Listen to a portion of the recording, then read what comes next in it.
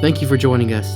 This teaching series on Christian theology is taught by our head pastor, Chris Walden. For more information, visit us at firstrockfellowship.org.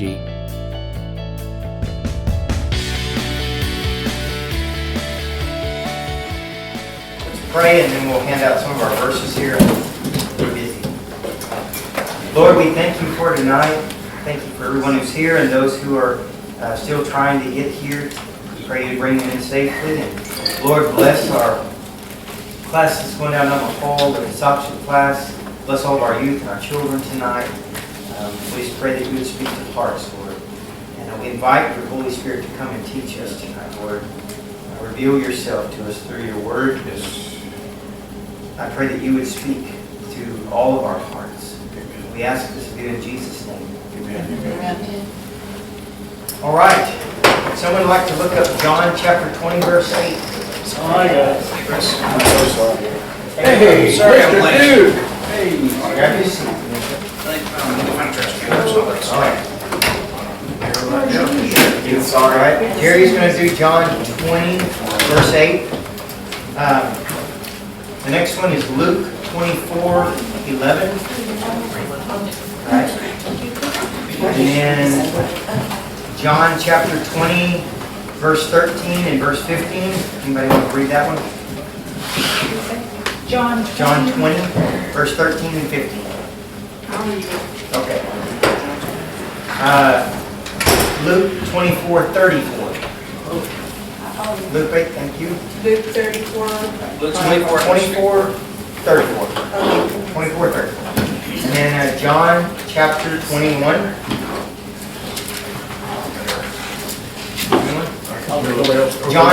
John 21. Verse 1. Okay, John. Acts 10, 40 and 41. You want that one, Mike? And the last one on the resurrection is 1 Corinthians 15, 5 through 8. All right, Maxine, thank you. All right.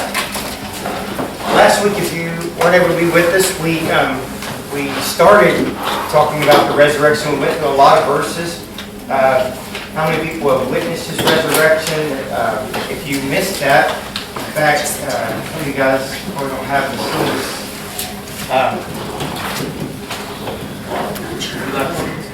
Alright. You don't. So you know where we're at.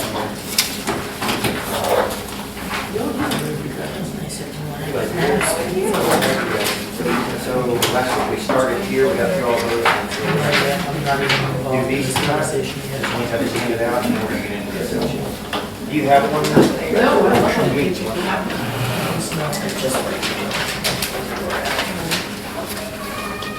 You haven't? I don't have. You don't I have? can read if you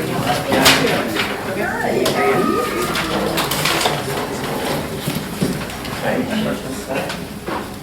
you. All right. Yes. I think, looking back, about 1, 2, 3, 4, it's the 5th page on the back. Top where it says John 20, verse 8 at the top. That's where we're at. All right. We're going to start off, Jerry, with John chapter 20, verse 8. All right, finally the other disciple who had reached the tomb first also went inside. He saw and believed. All right. So another verse was saying they went into the tomb. That's what we're going to look at. A few of these is they went into the tomb and they saw that he was not there. All right. So we got eyewitnesses saying that. Let's go to Luke 24, 11. Okay. Can I start with 10? Yes, ma'am. Okay. It was Mary Magdalene, Joanna, Mary the mother of James, and the other women who were with them, who told these things to the apostles. In verse 11, and their words seemed to them like idle tales, and they did not believe them. Amen. So, and in this passage, we're seeing even more witnesses. There's a list of the different women that saw that he was raised. So, last week we talked about witnesses that had seen him walking around after the resurrection. Some of the verses we're looking at tonight are verses of people who saw the empty tomb where he was buried, stone that had been laid there. So let's go on now and look at let's see, John 20, verse 13 and 15. You had that one. Okay, they asked her, "Woman, why are you crying?" They have taken my Lord away, she said, and I don't know where they have put him. And verse 15 says, he asked her, "Woman, why are you crying? Who is it you are looking for?" All right. So that's a different conversation. Again, people who are saying he's gone, so they're testifying that he's not there in the grave. I'm going through these faster this week because last week we spent the whole time on the resurrection. I'm just kind of wrapping up the last verses for you. But we're just seeing more witnesses as to that tomb being empty. Luke 24:34. Oh, that's me. Okay. Saying, "The Lord is risen indeed and has appeared to Simon." All right. So he appeared to Simon, who is Peter, right? All right. And then it's another statement that he rose from the grave. John chapter 21. I think that's verse 1, I I'm believe. going to say it. I mean, Yes. I'll read the whole chapter if you like. Afterwards, Jesus appeared again to his disciples by the Sea of Tiberias. It happened like this. And then it tells of the ones that were sat there: Simon Peter, Thomas the twin, Nathanael from Cana, and the sons of Zebedee, and 2 other disciples. Amen. 6 of them there. And it is a great chapter. I mean, we really could read the whole thing. It's all about Jesus being spotted and all that he did after the resurrection. If you guys want to hear the whole thing, I'll let John read the whole thing. Well, I could start with verse 10. Jesus is on the shore, and they don't know who he is. Jesus said to them, "Bring some of the fish you just caught." Simon Peter climbed aboard and dragged the net ashore. It was full of large fish, 153. But even with so many, the net was not even torn. Jesus said to them, "Come and have breakfast." And none of the disciples dared ask him, "Who are you?" They knew it was the Lord. Jesus came, took the bread, and gave it to them. He did the same with the fish. This is now the 3rd time he appeared with the disciples after he was raised from the dead. Amen. And just before that, Peter yelled out, "It is the Lord." Isn't this great, though? Because I think what's so neat about reading all of these different accounts is this one says this is the 3rd time that he appeared. You're getting all kinds of details, different witnesses, different groups of women, individual women. They're out fishing, and he shows up on the shore, so he's in different locations. So it's not like one time they were out in a desert and they looked like there was someone walking along and they all said, "Oh, it must have been him." Remember last week we read a passage that showed that 500 men saw him at one time. 500 at one time. We talked about how he saw the 12 multiple times, and then Peter, and he's shown himself to many people after he resurrects. So what we're looking at and we're seeing is why. That's what systematic theology is. We look through the Scripture to build our doctrine, to understand our doctrine. So basically, we ask the question, why do we believe Jesus rose from the dead? Why do we believe in the resurrection? And all these passages are why we believe.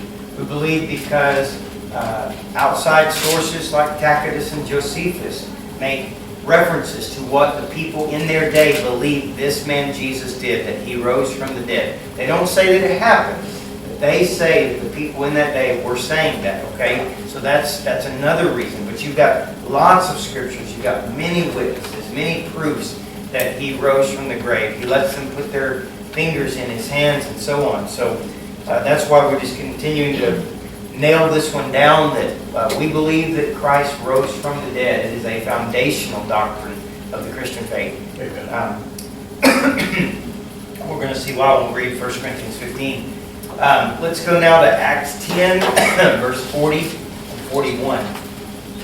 But God raised him on the 3rd day and made him to appear, not to all the people, but to us, who have been chosen by God as witnesses, who ate and drank with him after he rose from the dead.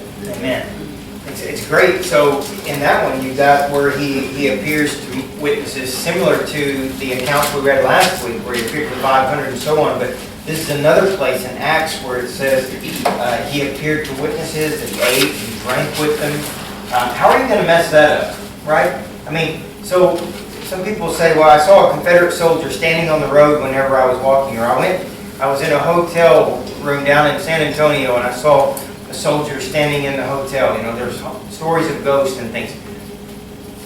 This is not a story of a ghost. This is a resurrected body that they can touch. He eats with them. This is very, very different. It's like when we talked about the difference between angels appearing as men and even Jesus coming not as the Christ, but coming in the form of the angel of the Lord in the Old Testament. God allowed them to come in the appearance of a man, but they were not human. They were not men. Why? Because none of those angels were born of a woman. They weren't human. You have to be born of a woman to be human. And so the only one who was incarnate is Jesus.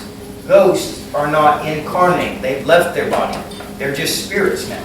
And Jesus came and he sat and he ate with them and he said, Thomas, put your fingers in the holes in my hands or my wrist.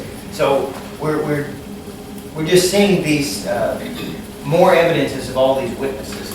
Let's look at 1 Corinthians 15, 5 through 8, and we'll move into the ascension. I'm sorry, what? 1 Corinthians what? 1 Corinthians chapter 15, verse 5 through 8. Who was reading that one? Oh, Max. He was seen by Cephas, then by the 12. After that, he was seen by over 500 brethren at once, of whom the greater part remain, and the presence of some have fallen asleep. After that, he was seen by James, and then by the apostles, and then last of all, he was seen by me also, as by one born out of due time. Amen. All right. You know what? I had penciled that one in last week, and I didn't look ahead and see that it was at the very end of the list. So we read it twice. But it's a good one, though. That's right. And the reason the resurrection is so important is because 1 Corinthians 15 says, just after that, if Christ did not raise from the dead, then we don't rise. And our faith is in vain. So it is of vital importance. All right, so now what we've got to doctrinally here is that Jesus, we went through that he humbled himself. If you went back one page on your thing, just kind of as a review real quick, we talked about the stages of Christ's work, that he humbled himself and became a man, became incarnate. Then as a man, he humbled himself more and he died, right? He died on the cross. So that was a humbling. Then he descended into Hades and he preached to the people there. I think we even just, as we went through the scriptures, decided it wasn't just the people before the days of Noah, but because what it said even further, that the people that were in Hades, he went and preached to.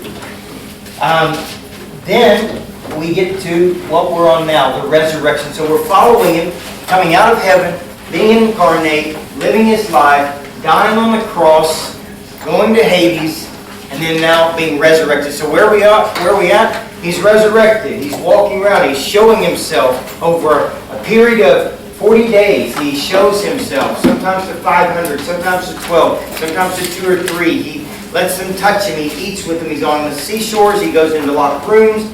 We have lots of evidence that he rose, and that's where we're at right now. But the next step that happens is the ascension. What is the ascension? That's when he goes up, right? I was listening to Christian radio a few weeks ago, and I think it was David Jeremiah. It might have been the pastor of First Baptist. Dallas Jeffress. Yeah. But he was saying, people say, where is heaven? And he said, I can tell you where heaven is. It's up. And the neat thing is He went through just a gamut of scriptures. And I'll be honest, I was reading in Deuteronomy this morning, and you just continue to see it again and again and again. And the ascension is another one of those words.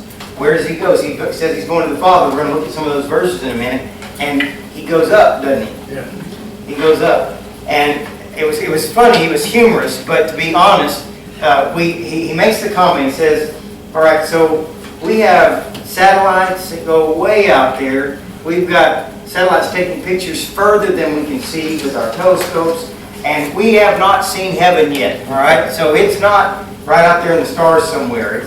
He says it is another dimension. It's something that we can't find or get to except through Christ. You can't take a rocket ship to heaven. Jesus says, I'm the way. That's right. You got to know me to get into that dimension. But for whatever reason, the directions to heaven is up.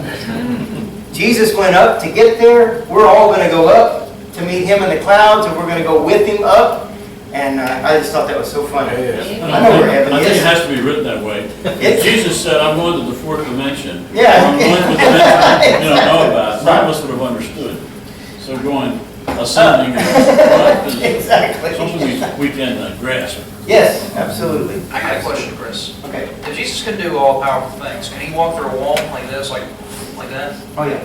He did it in the New Testament. He did? Yeah, after he resurrected, he walked into the upper room and the door was locked, and he came in and he ate with them.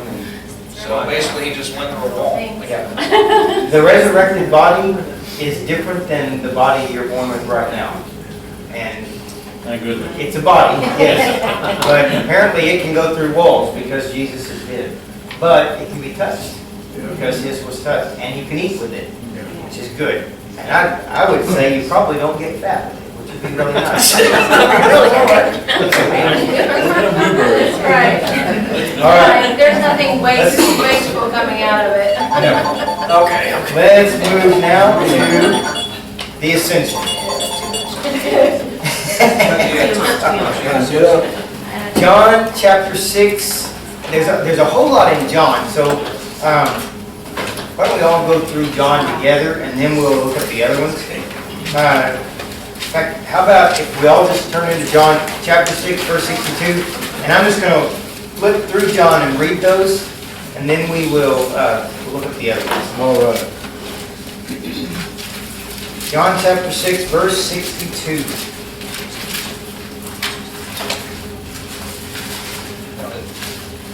In fact, I think I'll start reading in verse 60. It's at the beginning of something here. All right. On hearing it, many of his disciples said, "This is a hard teaching. Who can accept it?" Aware that his disciples were grumbling about this, Jesus said to them, "Does this offend you?" He just talked about them eating his flesh and drinking his blood, and that would offend most of us. What if you see the Son of Man ascend to where he was before? The Spirit gives life, the flesh counts for nothing. The words I have spoken to you are spirit and they are life. So when he says, what if you see the Son of Man ascend to where he was before? He is not only prophesying what's going to happen to him, he knows, this is earlier in his ministry, he knows what's going to happen. But he's also making a statement that he came from heaven and he's going to return to heaven. Right? Because remember, it says ascend. He's going up. Nobody lives up but God and angels. That's it. So he foretells what's coming in John 6:62. Let's turn now to John 14. And in your syllabus it says verse 2, but we're going to start in verse 1 and read through verse 4.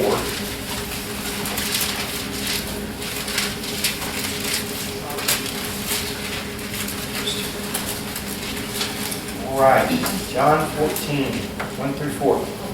Do not let your hearts be troubled. Trust in God. Trust also in me. In my Father's house are many rooms. If it were not so, I would have told you. I'm going there to prepare a place for you. And if I go and prepare a place for you, I will come back and take you to be with me, that you also may be where I am. You know the place where I'm going. All right, so verse 2 there says, "In my Father's house are many rooms. If it were not so, I would have told you, I am going there to prepare a place for you." So again, this is before he dies. He's still doing earthly ministry, and he says, "I am going to the Father." He's telling his disciples. So he knows that he is going to ascend. He's going to the Father, and he's going to prepare a place for us. Let's now go to verse 12 in chapter 14. Just a page over, maybe. He says, "I tell you the truth, anyone who has faith in me will do what I have been doing. He will do even greater things than these, because I am going to the Father." Right? Remember, God is up, so he's going to the Father. He keeps saying this. He's letting them know. Do they get it? They might be thinking, well, someday we're all going to go and hopefully be with God. But they don't know what's coming. They don't know He will literally, before their very eyes, ascend into heaven. All right, so next up is chapter 16, verse 5. Chapter 16, verse 5. It says, "Now I am going to Him who sent me, yet none of you ask me, 'Where are you going?' Because I have said these things, you are filled with grief. But I tell you the truth, it is for your good that I am going away. Unless I go away, the Counselor will not come to you. But if I go, I will send him to you." So he's letting him know that he is going to the one who sent him. Just different wording, but he keeps saying he's going back where he came from. Verse 10 in chapter 16. "In regard to righteousness, because I am going to the Father, where you can see me no longer. In regard to judgment, because the prince of this world now stands condemned." So again, I'm going to the Father, a place that you can't see me until He comes back to take us to be with Him. Verse 28 of chapter 16. I'm going to go start in verse 27. "No, the Father Himself loves you, because you have loved me, and I have believed that I came from God.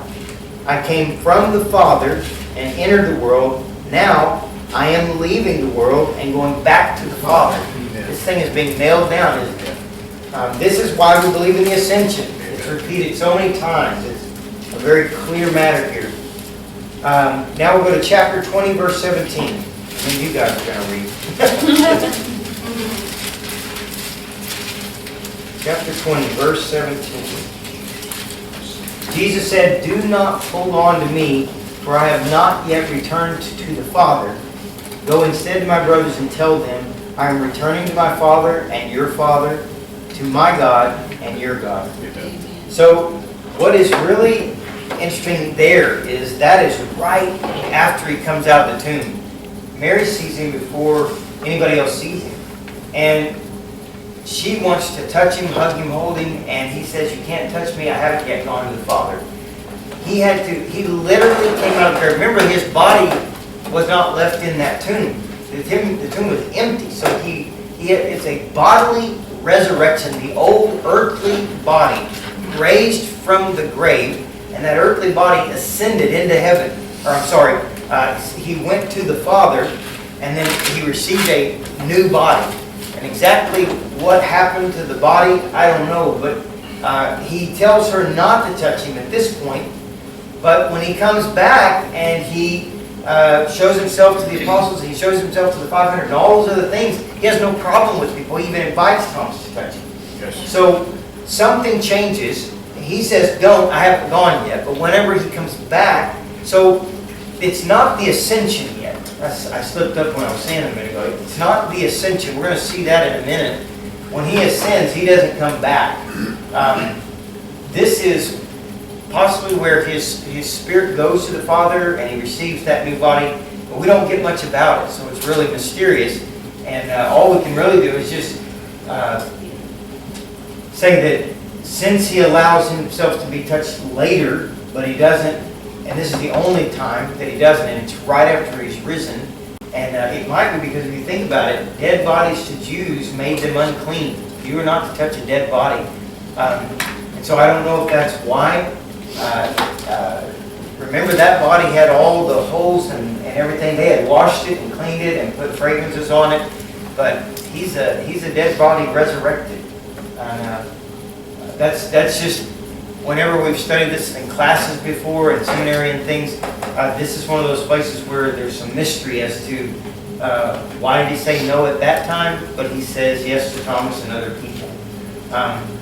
And all that can be figured is he says he hadn't gone to the Father. He's got to go, and how that took place is not clear to us. Yeah, but Pastor Chris, the last time they saw, well, the time before that they saw him, he was beaten to a pulp, Yeah, unrecognizable.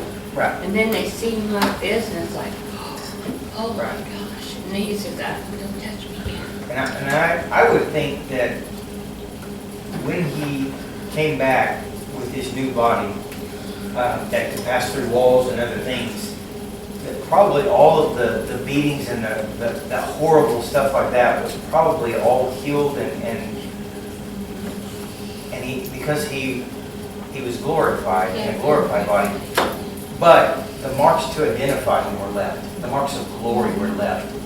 Makes you wonder if we are martyred for the faith, if those things are not left, because they're marks of glory, they're badges of honor that we suffered for the Lord. I mean, I'm purely speculating, but it does make you wonder.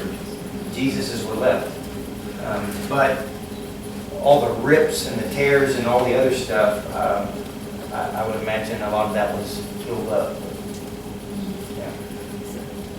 Can I? Yeah, please. Sorry. Please. But it makes me think of in Hebrews where it talks about, the tabernacle in heaven. Yes. Like when Mary saw him and he's like, don't touch me, he had to go up and like maybe sprinkle his blood in the tabernacle. His blood was? in Yes. heaven, Yes. And then come back. That's very good. I'm glad you said that, Tiffany, because, yeah, I didn't even think about that. The high priest is the only one who could take the blood into the Holy of Holies, and it does say Jesus took the blood and to the real tabernacle, which is in heaven, and you're right. He would have taken his blood in the real tabernacle for the sins of the world. So he didn't just die. There was also that physical act that needed to take place, going into the heavenly tabernacle and putting his blood on the mercy seat. And yeah, I'm really glad you remembered that, because that was just not clicking, and I'm going, we know he went, but that would explain what he did while he went. Yeah, absolutely. Where is that in Hebrews? And I think it's treated whenever he, that's that.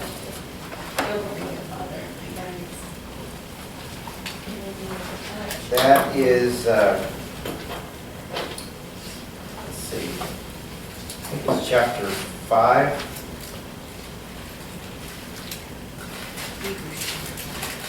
Yeah. Hebrews chapter 5, verse 1. Let's see here. I'm just going to start reading because I know it's talking about what a high priest does. Therefore, since we have a great high priest who has gone through the heavens, Jesus, the Son of God, let us hold firmly to the faith we profess. We do not have a high priest who is unable to sympathize with our weaknesses. We have one who has been tempted in every way, just as we are, yet without sin. Okay, that's not saying it. Just a second. Chapter 4:14, try that. 4:14.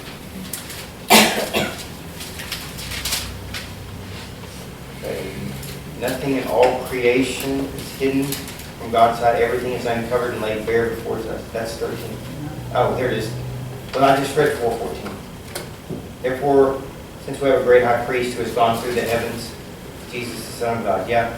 There's one, though, that talks about him taking his blood to the mercy seat. I think just a second, I'll find it here because I've got it marked here.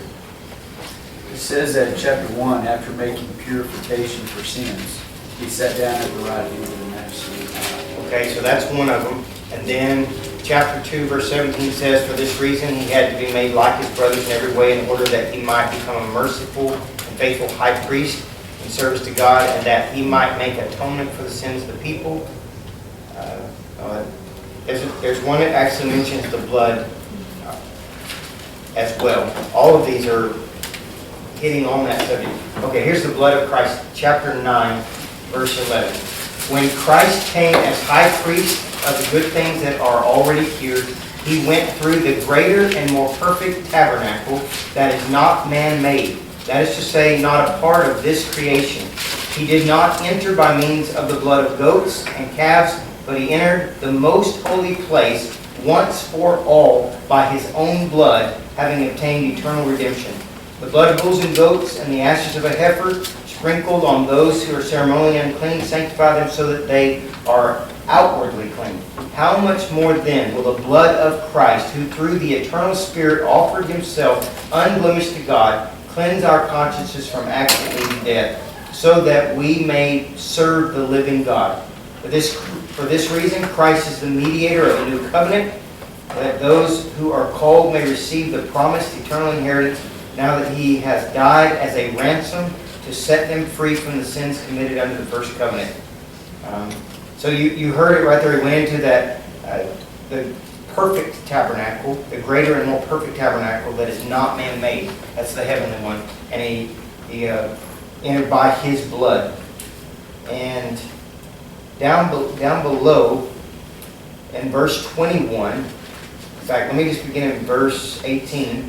This is why even the first covenant was not put into effect without blood. When Moses had proclaimed every commandment of the law to all the people, he took the blood of calves together with water, scarlet wool, and branches of hyssop, and he sprinkled the scroll on all the people. He said, "This is the blood of the covenant, which God has commanded you to keep." In the same way, he sprinkled with the blood both the tabernacle and everything used in its ceremonies. In fact, the law requires that nearly everything be cleansed with blood, and without the shedding of blood there is no forgiveness.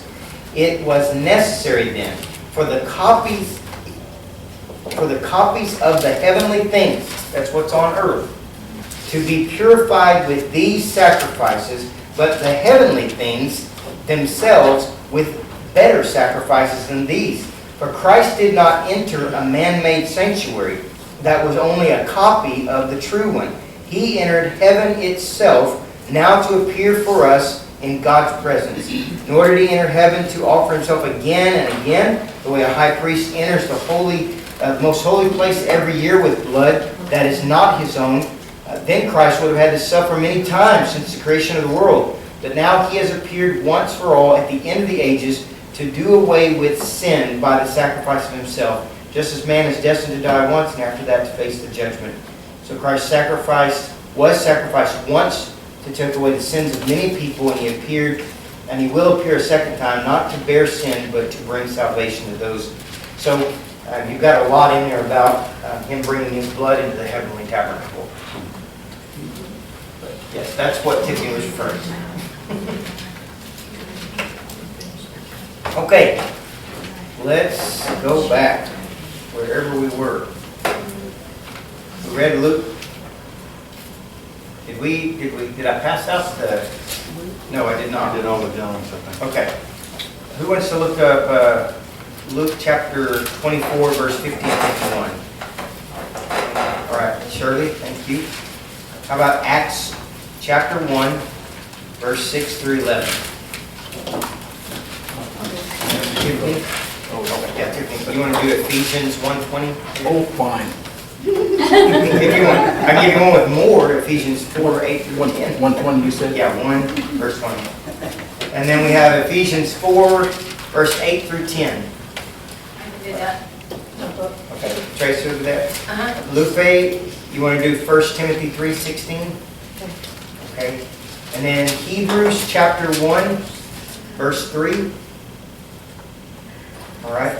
And you can also look up chapter 4, verse 14. Okay, you said 1 Timothy what? 3:16. Okay. All right. Let's go to Luke 24, verse 50. When he had led them out of the vicinity of Bethany, he lifted up his hands and blessed them. While he was blessing them, he left them and was taken up to heaven, into heaven. Amen. So, when he left the vicinity of Bethany, he lifted up his hands. So we get an idea of where it even happened. Lifted up his hands, he blessed them. And then while he's in the middle of blessing them, he left them and was taken up into heaven. Was it a slow thing or a fast thing? We don't really know. Then they worshipped him and returned to Jerusalem with great joy and stayed continually at the temple praising God. This is an important verse for several reasons because it says they worshipped him. There are people, and there have been throughout history, that want to say Jesus was a good man, but he wasn't God. Okay? That he was a prophet, but he wasn't God. If he's not God, then why are these faithful Jews worshiping him? They worship him because they believe he's God. And they even worship him while he's on earth. They worship him when he resurrects. And he allows them to worship him. He doesn't rebuke them. If he were only a prophet, and we talked about this when we talked about other things, about the divinity of Christ. We spent a lot of time talking about his divinity, that he's a God, he is the God. And we talked about how we went through different verses and passages where they worshipped him, and he did not correct them. But every time you see an angel that is being worshipped, someone bows down and begins to worship him because they're afraid of him, the angel always says, "Get up. Do not worship him." Jesus never rebuked anyone that worshiped him because he is God. And when he ascends, he's being worshipped. A lot of the pictures and the paintings you see, he's bodily going up. I almost put one on the new screen we got, but I thought, well, it's just a picture of him rising, so I think you can all figure that out. And you can't draw it. And you can't draw it. I can try. I pull out the iPad and draw on it. Yeah. You know, So, the angels came to them when they were still gazing into heaven. I guess they were still worshiping. Yes. And he said, "Don't you know that the same Jesus that went is going to come back?" Exactly. And that was confirmation of what he had just told them. Amen. Amen. That he's going to return again. Not that he didn't come once and now he's gone and I never back, but even they say he's coming back. He said he was going to prepare a place. That he was going to. That's right. He said it, and the angels confirmed it. He said he would rise, so when they're looking in the empty tomb, wondering what happened, the angels say, didn't he say, and he tell you he's going to rise? And so you've got angels coming up and helping us remember what we forget in the stressful moment. You brought something up that I had never thought about before. You didn't know if he went fast or he went slow. Yeah. I never thought about that. I thought, well, evidently, he went fast because they're saying, "Hey, whoa, come back here." Yeah, in the movies, he has this nice fade away, the drama of it, but we don't know. Don't know what that was like. Let's go now to Acts chapter 1, verse 6 through 11. So when they had come together, they asked him repeatedly, "Lord, are you at this time reestablishing the kingdom and restoring it to Israel?" And he said to them, "It is not for you to know the times or epochs which the Father has fixed by his own authority, but you will receive power and ability when the Holy Spirit comes upon you, and you will be my witnesses, both in Jerusalem and all Judea and Samaria, and even to the ends of the earth." While they were looking intently into the sky as he was going, two men in white clothing suddenly stood beside them, who said, "Men of Galilee, why do you stand looking into the sky? This same Jesus who has been taken up from you into heaven will return in just the same way as you have watched him go into heaven." Amen. That's exactly what Maxine was just telling us. So, you in Acts, remember Luke wrote the Gospel of Luke and he wrote Acts, right? So in Luke, we had, Luke 24, we have him talking about how while he was blessing them, he was going up. In Acts, we get part of what he's saying. He's talking about how, he's saying, "Don't leave Jerusalem." Can you imagine him going up when he's saying this? "Don't leave Jerusalem, but wait for the gift my Father promised, which you have heard me speak about. For John baptized with water, but in a few days you're going to be baptized with the Holy Spirit." Is that not a blessing? Yeah. You're going to be baptized with the Holy Spirit. And he's ascending up. And he says, you'll receive power when the Spirit comes upon you. You'll be my witnesses in Jerusalem, Judea, and Samaria. He is speaking what they will be doing. He is blessing them that you will be my witnesses. He's not saying, I hope you'll be my witnesses. He says, without saying, I bless you to be my witnesses, he is speaking over them. You will be my witnesses. That's right. That is a blessing. Amen. And so he's declaring these things, and probably even more than got recorded, but God wanted this in here for sure that we saw. And this is foretelling of what's going to happen on Pentecost. The Spirit's going to be poured out. All right, so let's now, and just to go back again to what Maxine said, another important thing to see here is the angels that are there. And this is one of the passages where you get to see that. Let's go to Ephesians 1:20. All right, that sentence actually begins in the middle of 19. So Yeah, go back to it. It read says, that power is the same as the mighty strength he exerted when he raised Christ from the dead and seated him at his right hand in the heavenly realms. Man. In my Bible, I'm surprised that his right hand, his isn't capitalized. It may be in yours, but it's not in mine. What version do you got? Oh, it's an old one, I'm sure. NIV. NIV. Most of them it is, but this one is not. But it's caught me by surprise. You would, It was- yeah, normally would be. You just put a capital in there. What was that? Mom said you could make it capital. I'm just making capital. I wouldn't go Hey, Jesus. only thing out of peanut gallery, all this.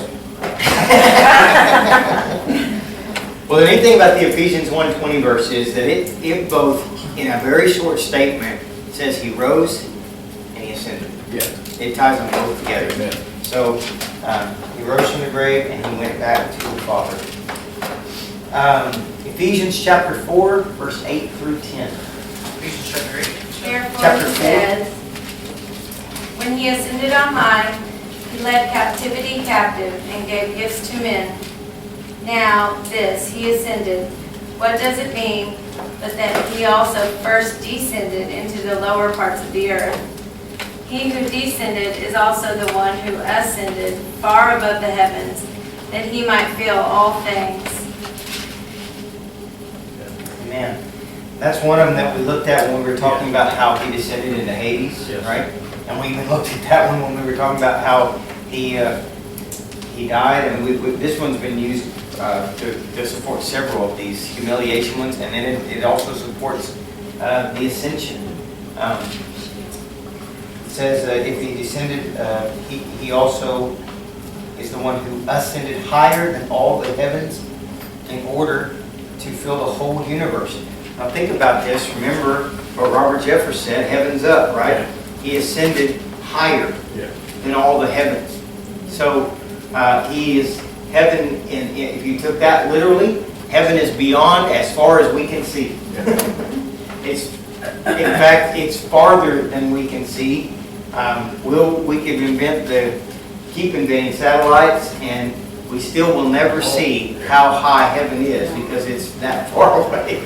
But because God is spirit, remember when we went through the transcendence of God and the immanence of God? We talked about how God is both near and very close and intimate with us, and God is great and big and beyond knowing, right? Both of those explain and are ways to define who God is. He is both very near and very knowable, and yet He is beyond knowing. And those are just the mysteries of our God. Okay, let's now go to 1 Timothy 3:16. And without controversy, great is the mystery of godliness. God was manifested in the flesh, justified in the spirit, seen by angels, preached among the Gentiles, believed on in the world, received up in glory. Amen. Amen. Isn't that a great passage? Yes, it is. That's just this real nice summary Yes. of what He did. And it ends with His ascension. What a great passage. All right. Let's now go to Hebrews 1, verse 3, and then we'll look at chapter 4, verse 14. The Son is the radiance of God's glory, an exact representation of His being, sustaining all things by His powerful word. After He provided purification for sin, He sat down at the right hand of Majesty in heaven. Amen. After He provided purification for sins, He sat down at the right hand of Majesty. He went back to where He came from, just like He said He would, after He completed His work. And chapter 4, verse 14 of Hebrews. And therefore, if we have a great high priest who has gone through the heavens, Jesus, the Son of God, let us hold firmly to our faith and profess. Amen. I read that one a minute ago looking for that other passage. So He's gone through the heavens. Jesus, the Son of God, our high priest, has gone through the heavens, so He's ascended.